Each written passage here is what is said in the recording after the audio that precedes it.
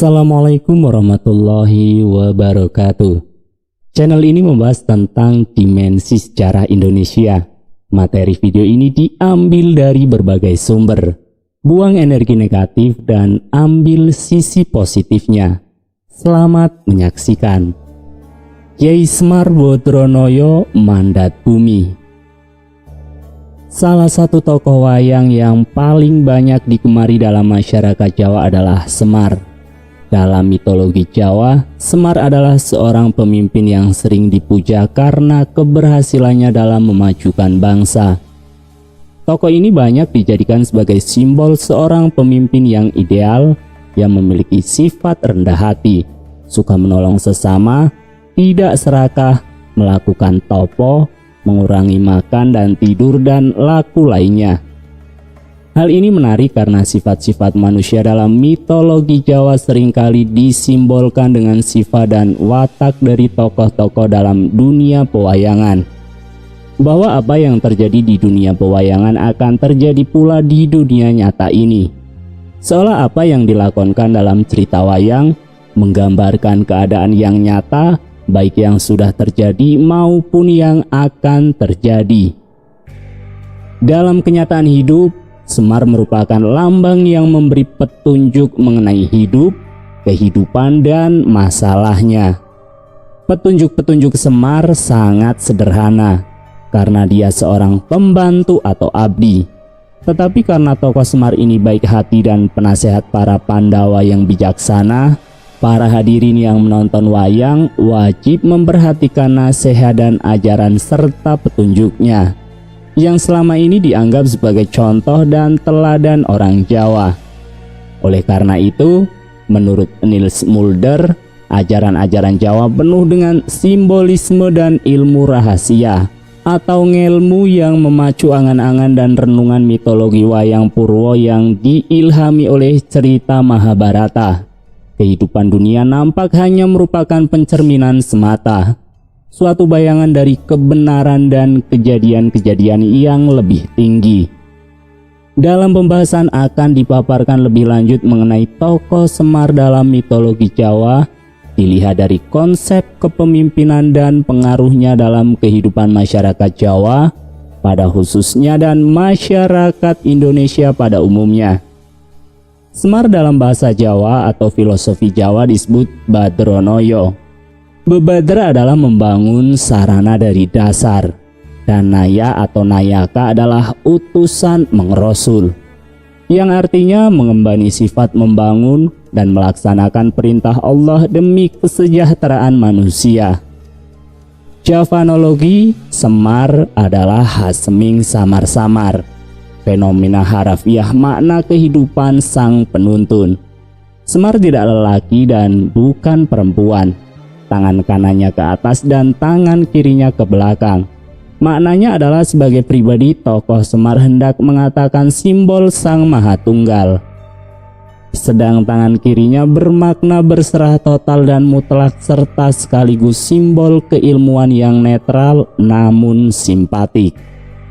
Kebudayaan Jawa telah melahirkan religi dalam wujud kepercayaan terhadap Tuhan Yang Maha Esa, yaitu adanya wujud tokoh wayang Semar. Jauh sebelum masuknya kebudayaan Hindu, Buddha, dan Islam di tanah Jawa. Di kalangan spiritual Jawa, tokoh wayang Semar ternyata dipandang bukan sebagai fakta historis, tetapi lebih bersifat mitologi dan simbolis tentang keesaan, yaitu suatu lambang dari pengetahuan ekspresi, persepsi, dan pengertian tentang ilahi yang menunjukkan pada konsepsi spiritual. Pengertian ini tidak lain hanyalah suatu bukti yang kuat bahwa orang Jawa sejak zaman prasejarah adalah religius dan berketuhanan Yang Maha Esa.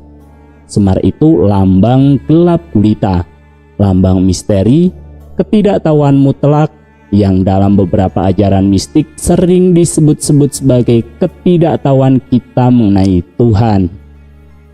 Konon kaki Semar adalah kakek moyang yang pertama dan digambarkan sebagai perwujudan dari orang Jawa yang pertama. Karena mendapat tugas khusus dari Gusti Kang Murbeng Dumadi atau Tuhan Yang Maha Esa, maka kaki Semar memiliki kemungkinan untuk terus hadir dengan keberadaan pada setiap saat, kepada siapa saja dan kapan saja menurut apa yang dikehendaki. Semar Badranaya adalah tokoh Punokawan yang dalam wayang Jawa memiliki peran yang lebih utama daripada wayang babon atau wayang dengan tokoh asli India. Punokawan adalah karakter yang khas dalam wayang Indonesia. Mereka melambangkan sifat manusia. Karakternya mengindikasikan bermacam-macam peran seperti penasehat para kesatria, penghibur, kritisi sosial, badut, bahkan sumber kebenaran dan kebijakan. Dalam wayang Jawa, karakter Punokawan terdiri atas Semar, Gareng, Bagong, dan Petruk. Di dalam wayang kulit, Semar adalah pembantu Pandawa, tetapi dia sangat dihormati oleh tuannya. Semar biasanya dimintai nasihat oleh Pandowo dalam mengambil keputusan mengenai masalah yang dianggap gawat dan mendesak. Sebagai Punokawan yang tertua, Semar tidak punya keinginan memegang kekuasaan duniawi sebagaimana halnya kebanyakan manusia.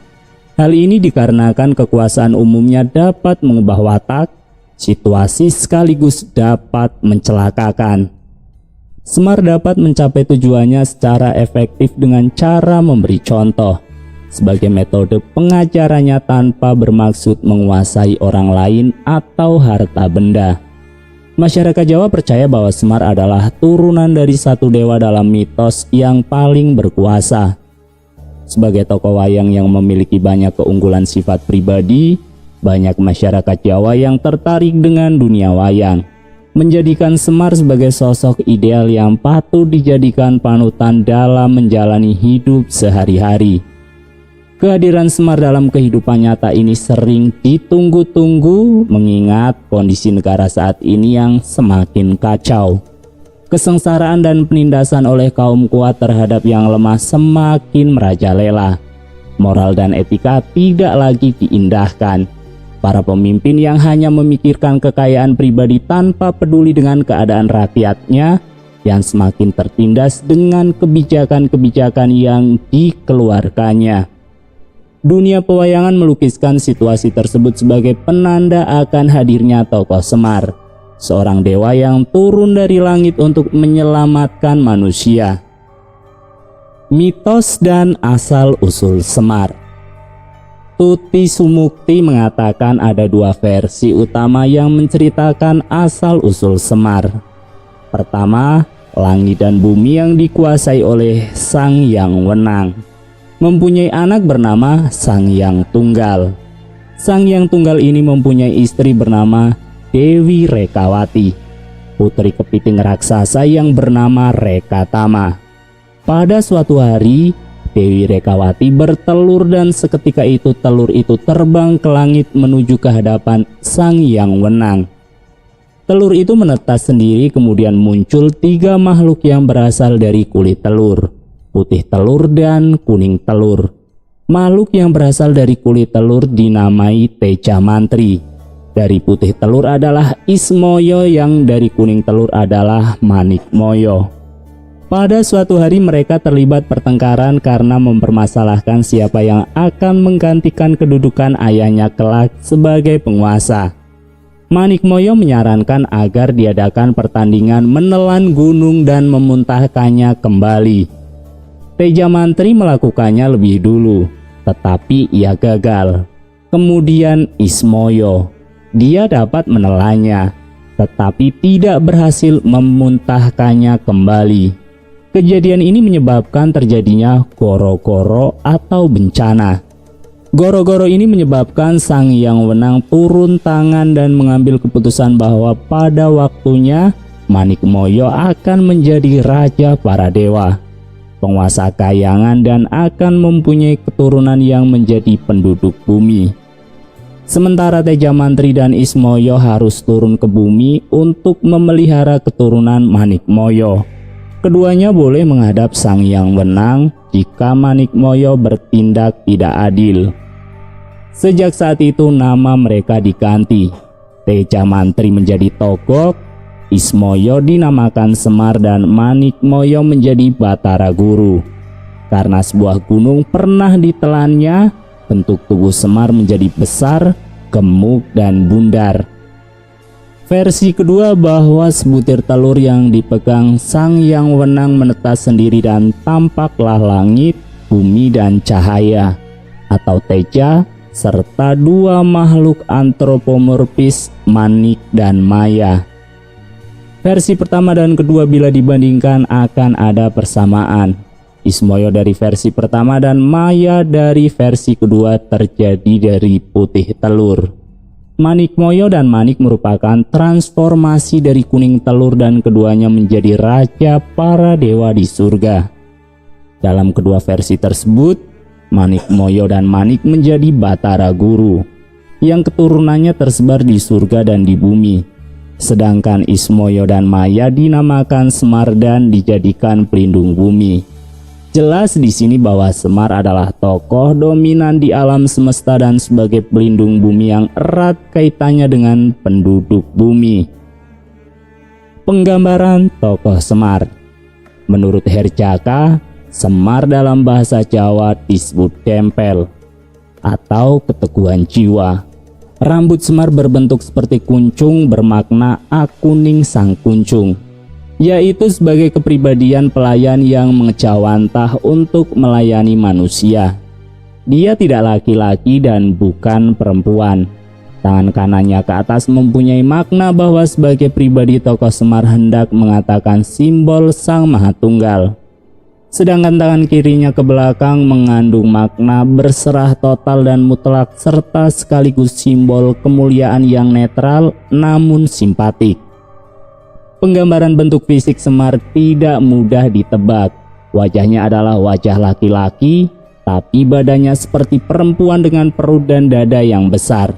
Rambutnya putih dan memiliki kerutan di wajah yang menandakan dia telah lanjut usia. Tetapi potongan rambutnya kuncung seperti anak-anak. Bibirnya tersenyum tetapi matanya selalu mengeluarkan air mata. Semar menggunakan kain sarung kawung seperti yang digunakan para abdi. Penggambaran bentuk yang demikian menjadikan Semar sebagai sosok yang syarat misteri dan juga simbol kesempurnaan hidup. Tubuh Semar tersimpan karakter wanita, laki-laki, anak-anak, orang tua, ekspresi gembira dan sedih bercampur menjadi satu. Melihat genealogi semacam itu, Semar selalu hadir dalam setiap lakon wayang dan kehadirannya sangat dinanti para penggemarnya. Meskipun dia seorang abdi, rakyat jelata, buruk rupa, miskin, hitam legam, namun di balik wujud lahirnya tersebut tersimpan sifat-sifat mulia, yakni mengayomi, mampu menyelesaikan masalah, sabar dan bijaksana. Pengertian pemimpin dan kepemimpinan. Masalah pemimpin dan kepemimpinan merupakan masalah sosial. Pemimpin tidak akan muncul tanpa adanya masyarakat. Pemimpin tidak dapat disebut pemimpin tanpa adanya kelompok individu sebagai bawahannya. Manusia merupakan topik sentral mengenai permasalahan dan tujuan ilmu-ilmu kepemimpinan, khususnya mengenai ketertiban, keselarasan, keteraturan, dan ketentraman hidupnya. Fungsi seorang pemimpin untuk menjaga terlaksananya suatu peraturan yang berlaku sering terjadi meskipun telah dibuat suatu peraturan jika tanpa pengarahan dan petunjuk yang benar dari orang-orang yang lebih tahu. Pelaksanaan peraturan itu justru akan menimbulkan permasalahan yang baru. Seorang pemimpin dapat dilihat dari kemampuannya mewujudkan cita-cita kelompok, kemampuan untuk berkomunikasi dengan lingkungan, juga kemampuan menangkap dan menjabarkan kebudayaan yang melingkupi kehidupannya. Pemimpin merupakan figur multidimensi, di mana ia hidup sebagai pribadi, anggota masyarakat sekaligus ketua kelompok. Ia selalu berkepentingan dengan keadaan dan kejadian dalam lingkungannya. Thomas Aquinas mengatakan, bahwa seorang penguasa atau pemimpin negara mempunyai kewajiban terhadap rakyat yang dikuasainya. Tugas penguasa negara yang utama adalah mengusahakan kesejahteraan dan kebajikan hidup bersama. Untuk itu, penguasa negara dituntut untuk memungkinkan rakyat memenuhi kebutuhan materialnya, di antaranya kebutuhan sandang dan pangan. Alfred M. Lungley seperti yang dikutip oleh Carmono merumuskan pengertian kepemimpinan bahwa seorang pemimpin ialah seorang yang memiliki status kepemimpinan, suatu posisi penguasaan atau pengendalian yang membudaya di dalam kelompok masyarakat, menjadi simbol suatu gerakan yang memahami dengan benar akan dirinya sendiri secara internal dan eksternal, yang mempunyai peranan sebagai juru bicara kelompoknya, memiliki sedikit pengikut atau tidak mempunyai pengikut secara langsung, tetapi yang meletakkan jalan di kemudian hari akan dilalui atau diikuti orang lain. Konsep kepemimpinan ideal ala Semar. Yang pertama, manunggaling kaulo Gusti. Dalam ilmu politik, Semar dapat dijadikan sebuah pengejawentahan dari ungkapan Jawa tentang kekuasaan, yaitu manunggaling kaulo Gusti. Semar di antara Punokawan adalah guru, sesepuh dan pemimpin mereka. Dalam hubungannya dengan Arjuna, salah satu dari Pendawa, Semar juga abdi. Pelayan di sini dapat disamakan dengan pembantu, tetapi bantuan yang diberikan Semar lebih bersifat abstrak. Bantuan abstrak yang diberikan Semar adalah berupa ajaran. Arjuna dan Semar bersama-sama melambangkan atau satuan yang mempunyai satuan yang berupa manusia. Arjuna sebagai pribadi, sedangkan Semar sebagai pikiran dan kesadarannya. Tidak dapat dipisahkannya antara Arjuna dan para Punokawan, terutama Semar ini melambangkan konsep Jawa tentang manunggaling kaulo Gusti, bahwa seorang raja dengan mengikuti hukum harus pasrah atau menyerahkan diri pada ajaran tersebut. Dengan cara ini, raja dapat mengajar rakyatnya dengan memberi contoh menurut hukum yang berlaku. Selo Sumarjan yang dikutip oleh Tuti Sumukti menerjemahkan mengenai salah satu cerita dalam lakon wayang yang berjudul Wahyu Tejamaya. Meskipun raja memegang kekuasaan tertinggi atas rakyatnya, dia harus selalu ingat bahwa dia satu-satunya penghubung yang sangat terpengaruh di antara kerajaannya dan dunia gaib. Dia tidak dapat lepas dari salah satu dari mereka dan tidak bisa berselisih dengan mereka juga. Nama yang dipakai oleh Sultan Yogyakarta yang pertama mencerminkan kewajiban yang disadari karena kedudukannya yang penting itu. Sebagai pangeran, dia diberi gelar Mangku Bumi, yang artinya memangku dunia ini. Tetapi sebagai sultan atau raja, dia memakai gelar Hamengkubuwono, orang yang melindungi alam semesta. Nama ini memberi tanda kewajiban raja yang utama, yaitu menyatukan kerajaannya dengan alam semesta dengan perantaraan dirinya.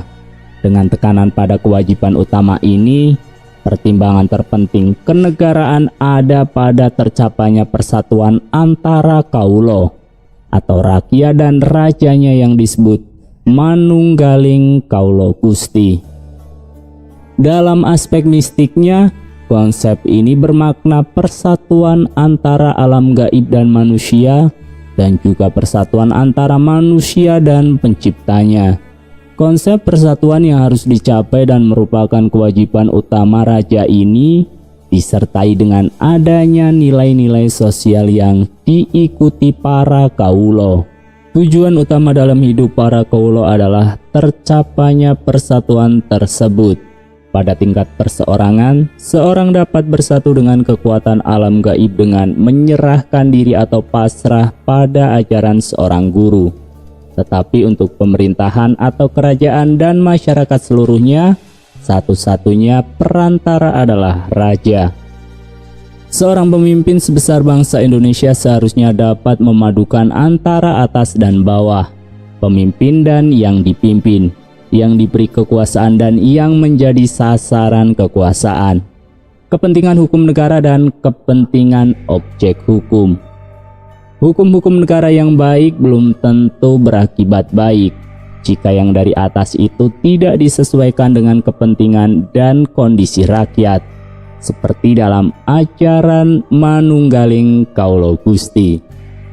Semar menghormati rakyat jelata lebih dari menghormati para dewa pemimpin. Badan, karakter, dan kualitasnya adalah tingkat tinggi, tetapi perwujudannya sangat merakyat. Semar mudah menangis ketika melihat penderitaan manusia yang diabdinya. Itulah sebabnya wayang Semar matanya selalu berair. Semar lebih mampu menangisi orang lain daripada menangisi dirinya sendiri. Semar sudah tidak peduli dan tidak memikirkan dirinya sendiri, tetapi hanya memikirkan penderitaan orang lain. Semar sebagai keturunan dewa seharusnya menguasai dunia atas dan menguasai segalanya.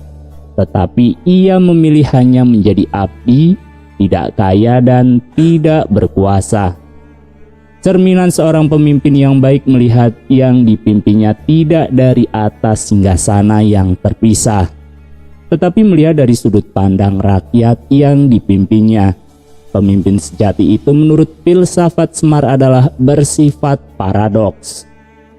Seorang pemimpin adalah seorang majikan sekaligus pelayan, kaya tetapi tidak terikat dengan kekayaannya.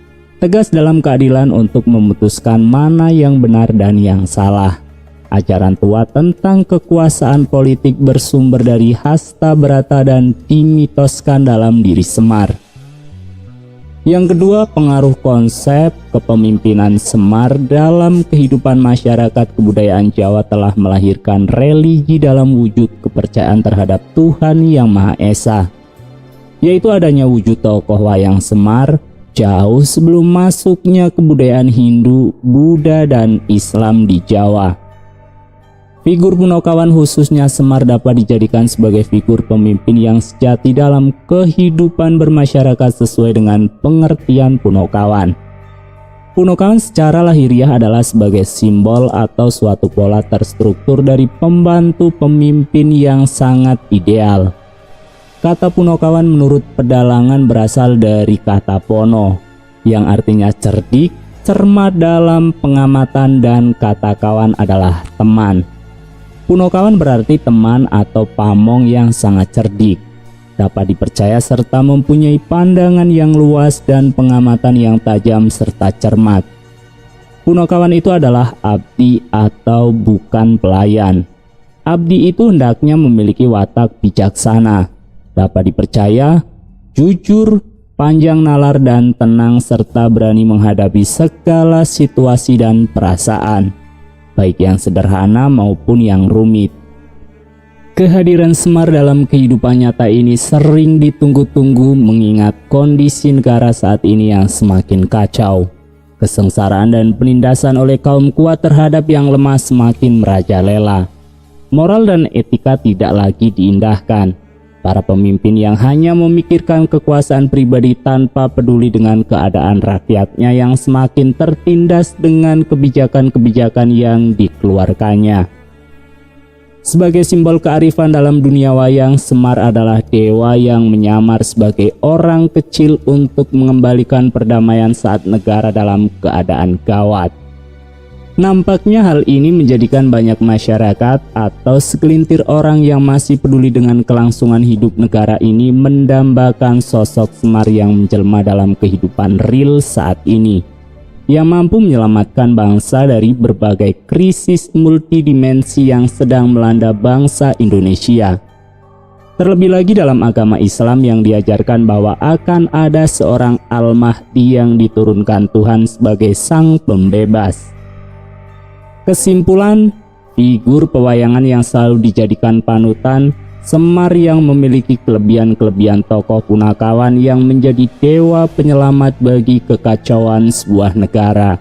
Penjelmaan dari seorang betara yang mau menjadi abdi atau pembantu dari para raja dan kesatria. Pertunjukan wayang kulit telah menjadi salah satu wahana terpenting untuk menyampaikan berita dan ajaran yang bersifat kebudayaan kepada masyarakat Jawa khususnya. Melalui cara ini mereka belajar membedakan nilai-nilai positif dan negatif. Dalam cerita wayang, sosok Semar mencerminkan tingkah laku yang terpuji dalam menyelesaikan masalah lingkungan yang mencakup pertimbangan kebudayaan. Perbuatan Semar yang dalam pembahasan ini mengenai bagaimana seorang pemimpin seharusnya bertindak menunjukkan adanya bimbingan berdasarkan konsep-konsep dan kepercayaan orang Jawa yang membawa ke arah dan tujuan yang rasional. Putusan Semar dapat diterima oleh semua pihak. Di zaman yang menurut Ronggo Warsito adalah zaman edan ini terasa relevan kini, ketika perilaku menyimpang menjadi jalan legal untuk memperoleh kekuasaan dan meraih kekayaan. Sementara banyak rakyat kecil yang merasa tertindas dengan keadaan yang semakin tidak menentu. Harga-harga barang kebutuhan menjadi mahal sementara perbaikan nasib yang dijanjikan para pemimpin tak kunjung terwujud. Dunia pewayangan melukiskan situasi tersebut sebagai penanda akan hadirnya Semar, seorang dewa yang bertugas sebagai penyelamat zaman. Semar memang ada dalam dunia mitologi, tapi yang penting bagaimana mitos itu menjadi kesadaran budaya dan politik sebagai referensi seluruh dinamika kehidupan sebuah bangsa. Meskipun negara ini seolah membutuhkan kehadiran seorang Semar yang bisa menyelamatkan negara dari keterpurukan yang berkepanjangan, akan tetapi para pemimpin dan rakyat tidak hanya berpangku tangan dan berdiam diri saja menanti kehadiran Semar dalam kehidupan nyata, tapi hendaknya berusaha memperbaiki diri dengan kembali kepada ajaran agama dan hukum serta norma yang berlaku di masyarakat dengan diawali pada diri pribadi masing-masing. Salah satu ajaran hidup dari kaki Semar yang pertama adalah Gusti Kang Murbeng Dumadi. Masyarakat Jawa sudah mengenal suatu kekuatan yang maha dengan nama Gusti Kang Murbeng Dumadi jauh sebelum agama masuk ke tanah Jawa, dan sampai ke tradisi saat ini yang dikenal dengan kejawen yang merupakan tatanan paugraning urip atau tatanan berdasarkan dengan budi pekerti yang luhur. Keyakinan dalam masyarakat mengenai konsep ketuhanan adalah berdasarkan sesuatu yang real atau kasunyatan, yang kemudian direalisasikan dalam peri kehidupan sehari-hari, dan aturan positif agar masyarakat Jawa dapat hidup dengan baik dan bertanggung jawab. Mengenai Sang Murbeng Dumadi, kaki Semar mengatakan, Gusti Kang Murbeng Dumadi engen dipapan tetep siji, amergane tukule kepercayaan lan agama saka kahanan, jaman, bangsa lan budaya kang beda-beda. Kang Murbeng Dumadi iso mawujud apa wae ananging mewujudkan iku dede Gusti Kang Murbeng Dumadi.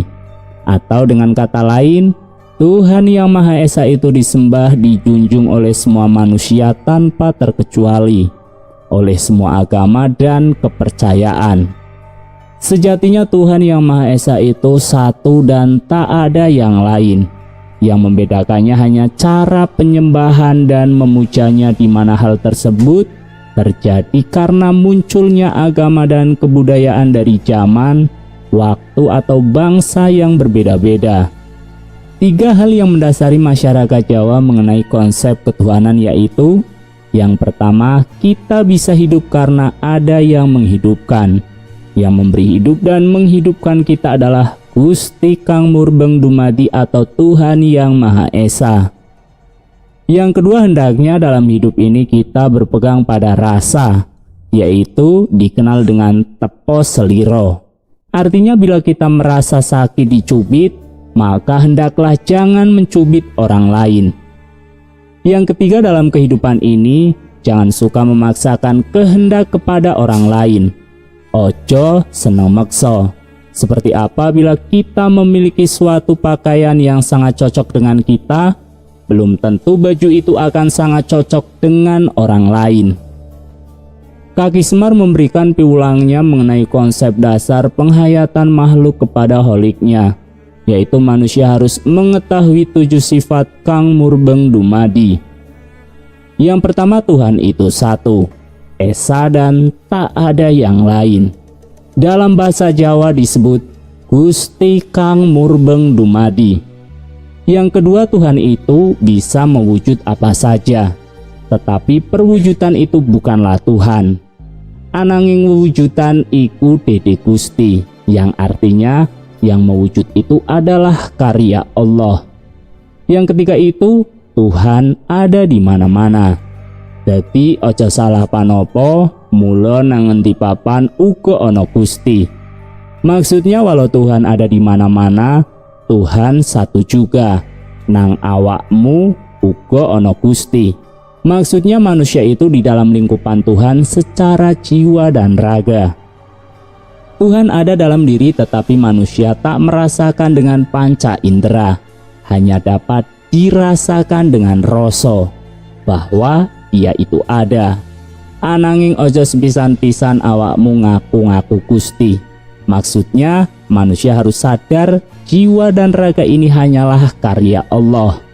Walaupun Dia ada di dalam manusia, tetapi jangan sekali-kali manusia mengaku Dia. Yang keempat, Tuhan itu langgeng. Tuhan itu abadi. Dari masa dahulu, sekarang, esok, dan sampai seterusnya, Tuhan Gusti Kang Murbeng Dumadi tetaplah Tuhan dan tak akan berubah. Yang kelima, Tuhan itu tidak tidur. Gusti Kang Murbeng Dumadi ora sare. Maksudnya Tuhan itu mengetahui segalanya dan semuanya. Tak ada satupun kata hilaf dan lalai. Yang ketujuh itu, Tuhan Maha Pengasih. Tuhan itu Maha Penyayang. Maksudnya Tuhan itu Maha Adil, tak membeda-bedakan kepada makhluknya. Siapa yang berusaha, dia yang akan mendapatkan. Yang ketujuh, Tuhan itu Esa dan Maha Kuasa. Apa yang diputuskan tak akan dapat ada yang menolaknya. Dengan menyadari hal tersebut, manusia diharapkan yang pertama menungso urip ngunduh woe pekertine dewe-dewe. Maksudnya manusia akan menerima apa yang dia tanam. Bila baik yang ditanam, maka yang baiklah akan ia terima. Yang kedua, manusia hidup pada saat ini adalah hasil atau proses dari hidup yang sebelumnya. Atau menungso urip tumimbal saka biyen. Nek percaya marang tumimbal. Ada petuah yang mengatakan, apabila kamu hendak melihat hidupmu kelak, maka lihatlah hidupmu yang sekarang. Bila hendak melihat hidupmu yang lalu, maka lihatlah hidupmu sekarang. Yang ketiga, menungso urip nggawa apese dewe-dewe. Maksudnya agar kita menghilangkan sifat iri, dengki, tamak, sombong, sebab saat mati tak ada sifat duniawi tersebut dibawa dan menguntungkan kita. Yang keempat, manusia akan mengerti rahasia Tuhan. Ati lan pikiran menungso ora bakal iso mengerteni kabeh rencananing Gusti Kang Murbeng Dumadi. Maka manusia hiduplah sak madya dan tak perlu ngegemongso. Ada petua mengatakan, hiduplah dengan usaha, tapi janganlah dengan harapan. Karena bila gagal, maka yang merasakan diri kita juga. Maka dalam hal ini Kaki Semar menganjurkan manusia memohon dan mendekatkan diri kepada Tuhan yang Maha Esa dengan eling lan percaya, sumara lan sumeleh lan mituhu kepada Tuhan yang Maha Esa. Yang pertama, sumarah, atau yang berarti berserah, pasrah, percaya kepada Tuhan yang Maha Esa. Dengan sumara manusia diharapkan percaya dan yakin akan kasih sayang dan kekuasaan Gusti Kang Murbeng Dumadi, bahwa Dialah yang mengatur dan akan memberikan kebaikan dalam kehidupan kita. Keyakinan bahwa apabila kita menghadapi gelombang kehidupan, maka Allah memberikan jalan keluar yang terbaik bagi kita. Yang kedua, sumeleh, yang artinya patuh dan bersandar kepada Allah yang Maha Esa. Manusia sebagai hamba hanyalah berusaha dan keberhasilannya tergantung kuasa Tuhan yang Maha Esa. Maka dengan sumalah ini manusia diharapkan tak mudah putus asa dan teguh dalam usahanya. Yang ketiga, mituhu, artinya patuh, taat, dan disiplin. Yang pertama, tatanan paugeраning urip. Petuah kaki Semar mengenai tatanan paugeраning urip bagi manusia dalam mengisi kehidupannya di alam fana ini. Yang pertama, eling lan bekti marang Gusti kang murbeng dumadi. Maksudnya manusia yang sadar akan dirinya akan selalu mengingat dan memuja Tuhan yang Maha Esa, di mana Allah yang Esa telah memberikan kesempatan bagi manusia untuk hidup dan berkarya di alam yang indah ini. Yang kedua, percaya lan bekti marang utusane Gusti. Maksudnya manusia sudah seharusnya menghormati dan mengikuti ajaran para utusan Allah sesuai dengan ajarannya masing-masing, di mana semua konsep para utusan Allah tersebut adalah menganjurkan kebaikan. Yang ketiga, setya marang Khalifatullah utawa penggede negoto. Maksudnya sebagai manusia yang tinggal di sebuah wilayah, maka adalah wajar dan wajib untuk menghormati dan mengikuti semua peraturan yang dikeluarkan pemimpinnya yang baik dan bijaksana. Yang keempat, bekti marang bumi Nusantara. Maksudnya sebagai manusia yang tinggal dan hidup di bumi Nusantara ini wajib dan wajar untuk merawat dan memperlakukan bumi ini dengan baik, di mana bumi telah memberikan kemakmuran bagi penduduk yang mendiaminya. Yang kelima, bekti marang wong tuwa.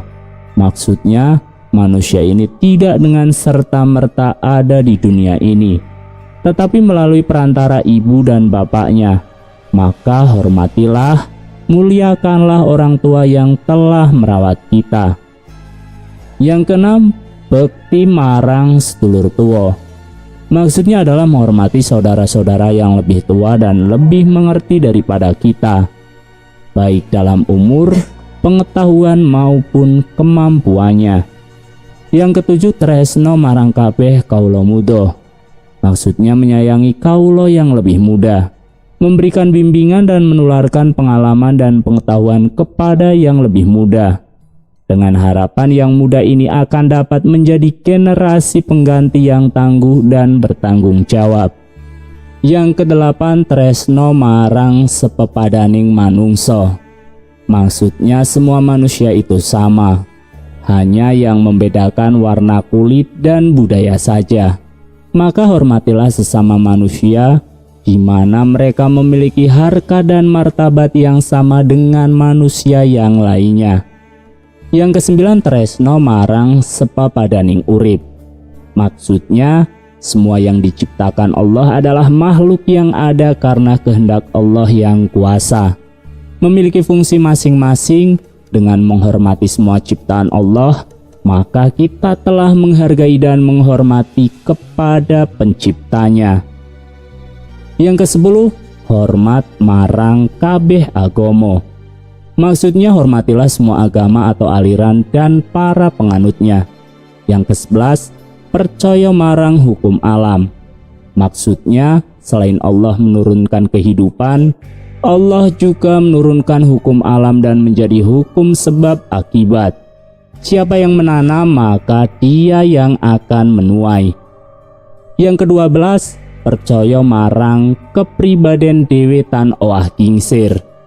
Maksudnya manusia ini rapuh dan hatinya berubah-ubah, maka hendaklah menyadarinya dan dapat menetapkan diri di hadapan Allah, agar selalu mendapat lindungan dan rahmat-Nya dalam menjalani hidup dan kehidupan ini. Tatanan paugeраning urip yang 12 di atas diringkas menjadi 3 konsep. Yang pertama, hubungan manusia dengan Allah atau Tuhan Yang Maha Esa. Yang kedua, hubungan manusia dengan sesama manusia. Yang ketiga, hubungan manusia dengan alam semesta. Kesemua tatanan tersebut di atas adalah kaitannya dengan konsep tatanan manembah. Yang pertama sangkan paraning dumadi, yaitu sangkaning dumadi dan paraning dumadi, di mana maksudnya adalah agar manusia mengetahui dari mana dia berasal dan mau kemana dia akan kembali.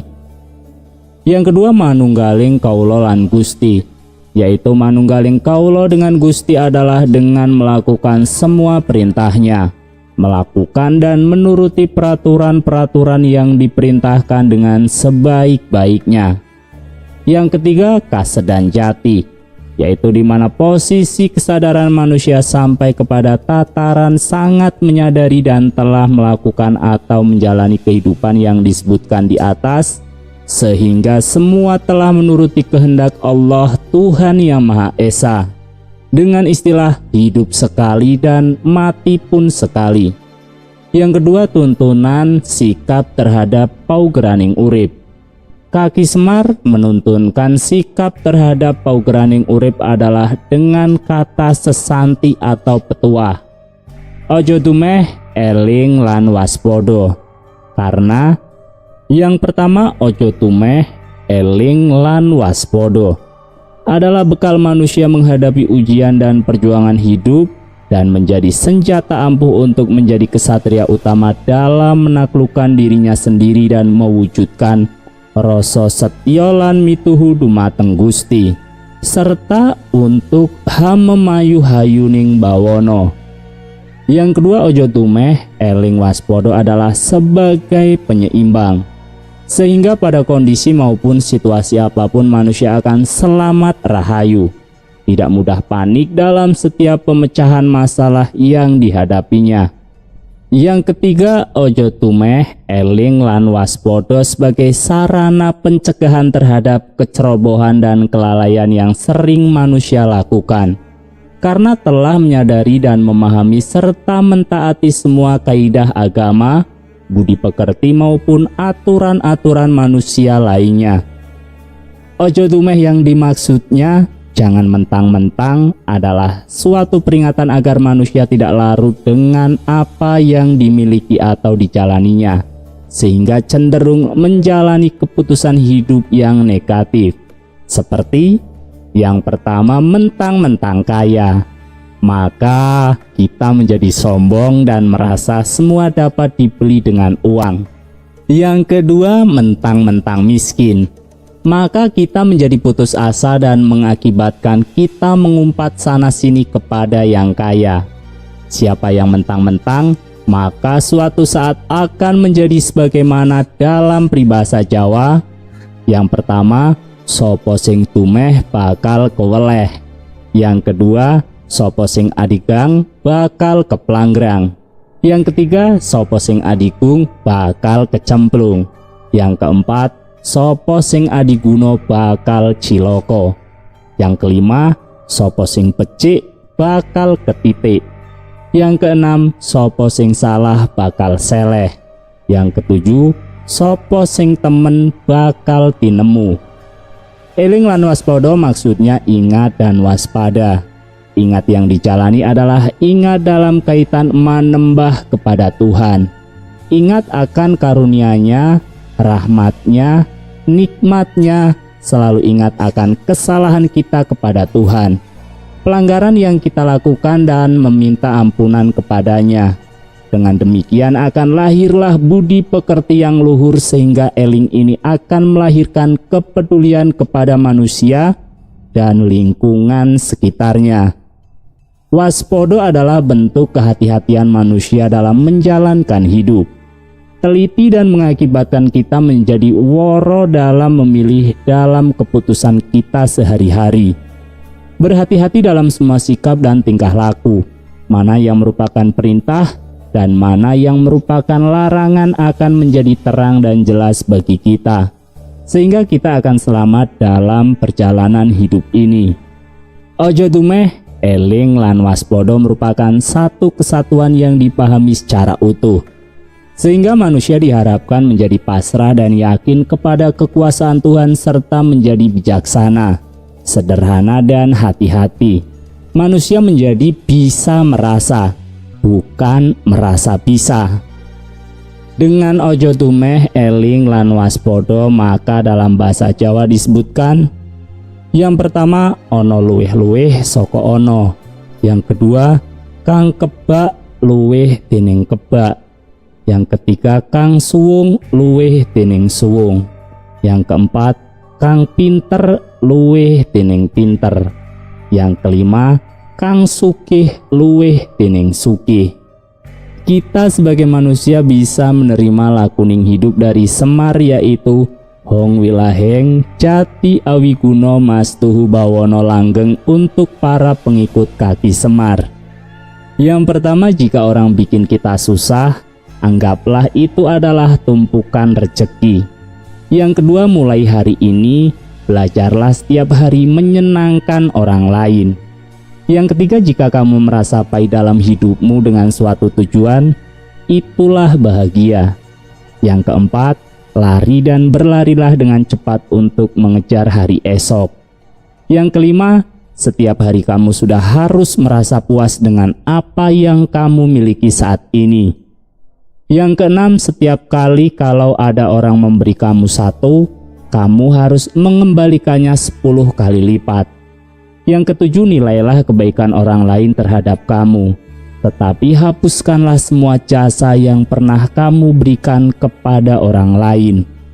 Yang kedelapan, dalam keadaan benar kamu difitnah, dipersalahkan, dihukum, maka kamu akan mendapatkan pahala. Yang kesembilan, dalam keadaan salah kamu dipuji dan dibenarkan, itu merupakan hukuman. Yang ke-10, orang yang benar kita bela, tetapi yang salah kita beri nasihat. Yang ke-11, jika perbuatan kamu benar, kamu difitnah dan dipersalahkan, tetapi kamu menerimanya, maka akan datang rezeki kepadamu yang berlimpah-limpah. Yang ke-12, jangan selalu melihat atau mengecam kesalahan orang lain, tetapi selalu melihat diri sendiri, itulah yang dinamakan kebenaran. Yang ke-13, orang yang baik diajak bergaul, tetapi orang yang jahat dikasihani. Yang ke-14, kalau wajahmu senyum, hati pasti senang, pasti kamu akan aku terima.